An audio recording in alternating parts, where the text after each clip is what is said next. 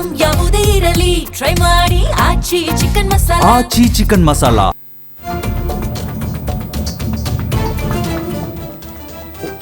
ಮಣಿಪಾಲ್ ಆಸ್ಪತ್ರೆಯ ಬಳಿಯೂ ಬಿಗಿ ಪೊಲೀಸ್ ಬಂದೋಬಸ್ತ್ ಕಲ್ಪಿಸಲಾಗಿದೆ. ಚೆನ್ನಮ್ಮ ಅಂತಿಮ ದರ್ಶನಕ್ಕೆ ವಿವಿಐಪಿಗಳು ಆಗಮಿಸೋ ಹಿನ್ನೆಲೆ ಆಸ್ಪತ್ರೆಯ ಬಳಿಗೆ ಜೆಡಿಎಸ್ ಕಾರ್ಯಕರ್ತರು ಧಾವಿಸ್ತಾ ಇದ್ದಾರೆ.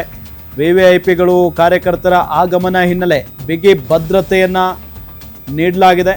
ಓಲ್ಡ್ ಏರ್ಪೋರ್ಟ್ ರೋಡ್ನಲ್ಲಿ ಭಾರೀ ಬಂದೋಬಸ್ತನ್ನು ಕಲ್ಪಿಸಲಾಗಿದೆ. ಮಣಿಪಾಲ್ ಆಸ್ಪತ್ರೆಯ ಬಳಿ ಬಹಳಷ್ಟು ಜನ ಪೊಲೀಸರನ್ನ ನಿಯೋಜನೆ ಮಾಡಲಾಗಿದೆ. ಚೆನ್ನಮ್ಮ ಅಂತಿಮ ದರ್ಶನಕ್ಕೆ ವಿವಿಐಪಿಗಳು ಆಗಮಿಸುವ ಹಿನ್ನೆಲೆಯಲ್ಲಿ ಆಸ್ಪತ್ರೆಯ ಬಳಿಗೆ ಜೆಡಿಎಸ್ ಕಾರ್ಯಕರ್ತರು ಕೂಡ ಬರ್ತಾ ಇದ್ದಾರೆ.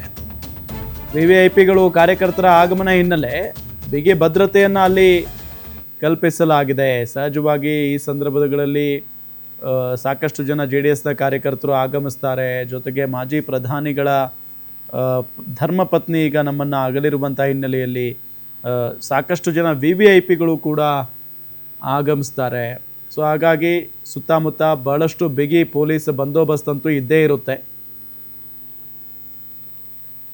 ಬಹಳಷ್ಟು ಬಿಗಿ ಪೊಲೀಸ್ ಬಂದೋಬಸ್ತ್ ಕಲ್ಪಿಸಲಾಗಿದೆ. ಆಸ್ಪತ್ರೆಯ ಮುಂದೆ ಮತ್ತು ಆಸ್ಪತ್ರೆ ಮುಂಭಾಗ ಇರುವಂಥ ರಸ್ತೆಗಳಾಗಿರಬಹುದು, ಆಸ್ಪತ್ರೆಯ ಸುತ್ತಮುತ್ತ ಪೊಲೀಸ್ ಬಿಗಿ ಬಂದೋಬಸ್ತ್ ಇದ್ದೇ ಇರುತ್ತೆ, ಇರಲೇಬೇಕು ಕೂಡ. ಯಾಕೆ ಅಂತ ಅಂದರೆ ಸಾಕಷ್ಟು ಸಂಖ್ಯೆಯಲ್ಲಿ ಕಾರ್ಯಕರ್ತರು ಆಗಮಿಸ್ತಾ ಇರ್ತಾರೆ.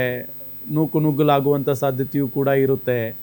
ಇದರ ಜೊತೆಗೆ ವಿವಿಐಪಿಗಳು ಬಂದಂಥ ಸಂದರ್ಭದಲ್ಲಿ ಭದ್ರತೆ ಬೇಕೇ ಬೇಕು. ಮಾಜಿ ಪ್ರಧಾನಿ ದೇವೇಗೌಡರ ನಿವಾಸಕ್ಕೆ ಪಾರ್ಥಿವ ಶರೀರವನ್ನು ಶಿಫ್ಟ್ ಮಾಡ್ತಾರೆ. ಬೆಂಗಳೂರಿನ ಪದ್ಮನಾಭನಗರ ನಿವಾಸಕ್ಕೆ ಚೆನ್ನಮ್ಮ ಪಾರ್ಥಿವ ಶರೀರವನ್ನು ತೆಗೆದುಕೊಂಡು ಹೋಗಲಾಗುತ್ತೆ. ನಾಳೆ ಬೆಳಗ್ಗೆ JDS ಕಚೇರಿಯಲ್ಲಿ ಅಂತಿಮ ದರ್ಶನಕ್ಕೆ ವ್ಯವಸ್ಥೆ.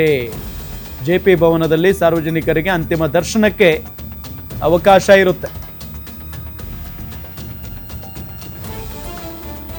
ಕೆಲವೇ ಕ್ಷಣಗಳಲ್ಲಿ ಆಸ್ಪತ್ರೆಯಿಂದ ಚೆನ್ನಮ್ಮ ಪಾರ್ಥಿವ ಶರೀರವನ್ನು ಶಿಫ್ಟ್ ಮಾಡಲಾಗುತ್ತೆ.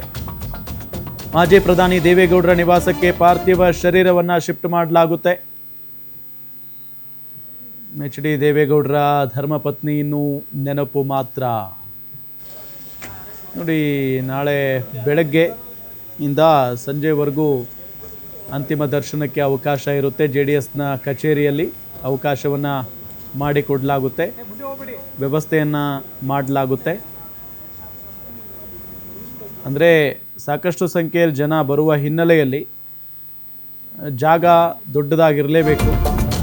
ಅಜ್ಜಿ ಚೆನ್ನಮ್ಮ ನಿಧನಕ್ಕೆ ನಿಖಿಲ್ ಕುಮಾರಸ್ವಾಮಿ ಭಾವುಕವಾಗಿ ಪೋಸ್ಟ್ ಹಾಕಿದ್ದಾರೆ. ಚೆನ್ನಮ್ಮ ಅವರು ಅಗಲಿದ್ದಾರೆ ಎಂಬ ಸತ್ಯ ಅರಗಿಸಿಕೊಳ್ಳೋದಕ್ಕಾಗ್ತಾ ಇಲ್ಲ.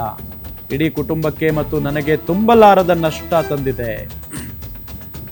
ಚೆನ್ನಮ್ಮ ಅಜ್ಜಿ ಕೇವಲ ನಮಗೆ ಅಜ್ಜಿ ಆಗಿರಲಿಲ್ಲ, ಇಡೀ ಕುಟುಂಬವನ್ನು ಒಟ್ಟಾಗಿ ಹಿಡಿದಿಟ್ಟಿದ್ದ ಗಟ್ಟಿ ನೆಲೆ ಅವರು. ಮನೆಗೆ ಬಂದ ಯಾರನ್ನೂ ಹಸಿದ ಹೊಟ್ಟೆಯಲ್ಲಿ ಕಳಿಸ್ತಾ ಇರಲಿಲ್ಲ. ಅವರ ಆ ಕೈಗಳು ಸಾಕ್ಷಾತ್ ಅನ್ನಪೂರ್ಣೇಶ್ವರಿಯ ಸ್ವರೂಪವಾಗಿತ್ತು.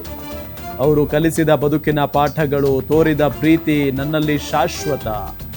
ಈ ರೀತಿಯಾಗಿ ಭಾವುಕ ಪೋಸ್ಟ್ ಒಂದನ್ನು ಹಂಚಿಕೊಂಡಿದ್ದಾರೆ ನಿಖಿಲ್ ಕುಮಾರಸ್ವಾಮಿ.